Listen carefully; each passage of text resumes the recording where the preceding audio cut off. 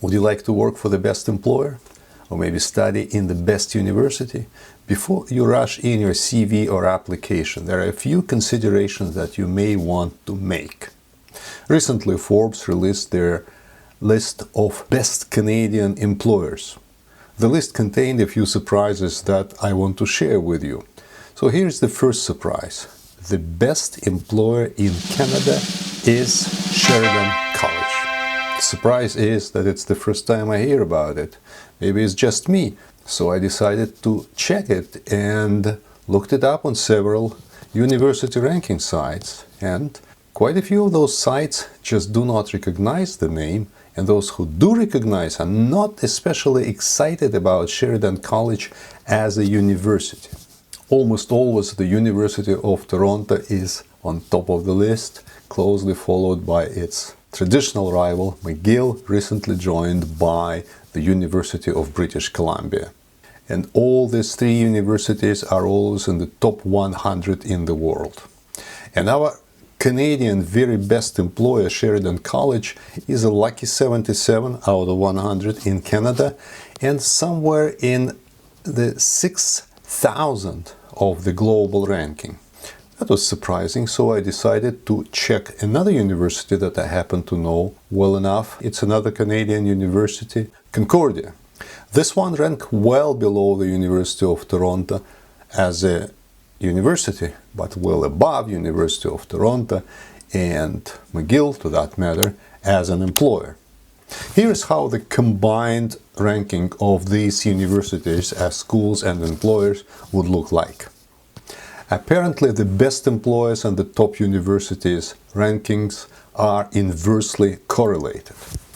I'm quite confident in this counterintuitive conclusion because it aligns perfectly with my not-so-scientific research that I have done using Glassdoor reviews and LinkedIn data. Using my not-so-scientific approach, I added these 4 new entries to the old graph. And here's what we got. Take note that Sheridan's engagement ratio is considerably lower than that of McGill and University of Toronto, while Concordia's is predictably somewhere in the middle. Although these differences are valid for all types of organizations, universities seem to present the best example to explain the differences between job satisfaction and employee engagement and all its ramifications. It is critically important to understand the difference between employee engagement and job satisfaction, especially if you are leading or planning to become part of a high-performance team, because high performance is driven by employee engagement, not by job satisfaction. Likewise, the path to becoming the best employer is quite different from the path to becoming the most successful company in your market niche. To get to the best employers list, you have to ensure the perception of job satisfaction among your employees, and that will guarantee you a spot in quadrant number 2 on my chart. By the way, try mapping Hydro-Quebec, and you are guaranteed to hit the top left corner. However, to become the best in class or the most successful company in your niche, you have to have a highly engaged workforce. That will place you in quadrant number 1. That's where most startups are placed, at least temporarily. Then they may slide to quadrant number 3, maybe get back to number 1, but that's fine because highly engaged teams happen to be more critical and demanding of their own organizations. Overall, the majority of all organizations end up in quadrant number 4. According to one classic, all happy families are alike. Its unhappy families are all unhappy in their different way. Although there are quite a few parallels between families and teams and organizations, it is different in the business world. All successful companies are successful in their own ways, while all unsuccessful companies are very much alike.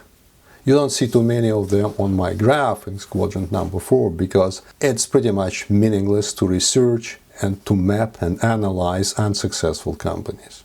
perhaps those job-satisfied residents of quadrant number 2 on the graph are indeed alike in their 19th century understanding of happiness. All their employees primarily value conformity and security, and they are driven by the need to just keep their jobs.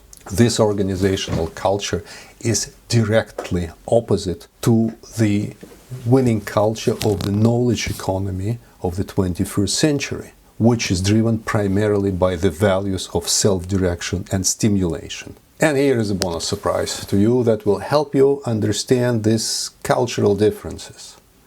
Employees of the best employers, employees of the companies who are especially at the top of the best employers list, have a much higher tendency to form unions. Does it make sense to you? Well, if it does, then maybe working for the best employer is a good choice. But if there is no cultural fit, then maybe it's not. And quite a few people may regret it.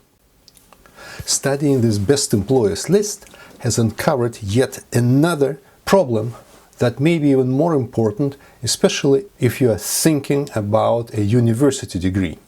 In the case of university education, this gap between employee engagement and job satisfaction creates another issue. Since many universities, or all of them in Canada, are basically government agencies who are not willing and not able to be self-sufficient, they increase their revenues simply by raising their fees faster than inflation. And that negatively impacts the quality of education and drives down the efficiency of the entire system. And students' debt is just one of the outcomes of this environment. What is particularly alarming is that we have more universities than we actually need, and those universities churn out more degrees than is technically possible. How is technically possible to churn more degrees than technically possible, you may ask? I'll tell you about that in the second half of this video.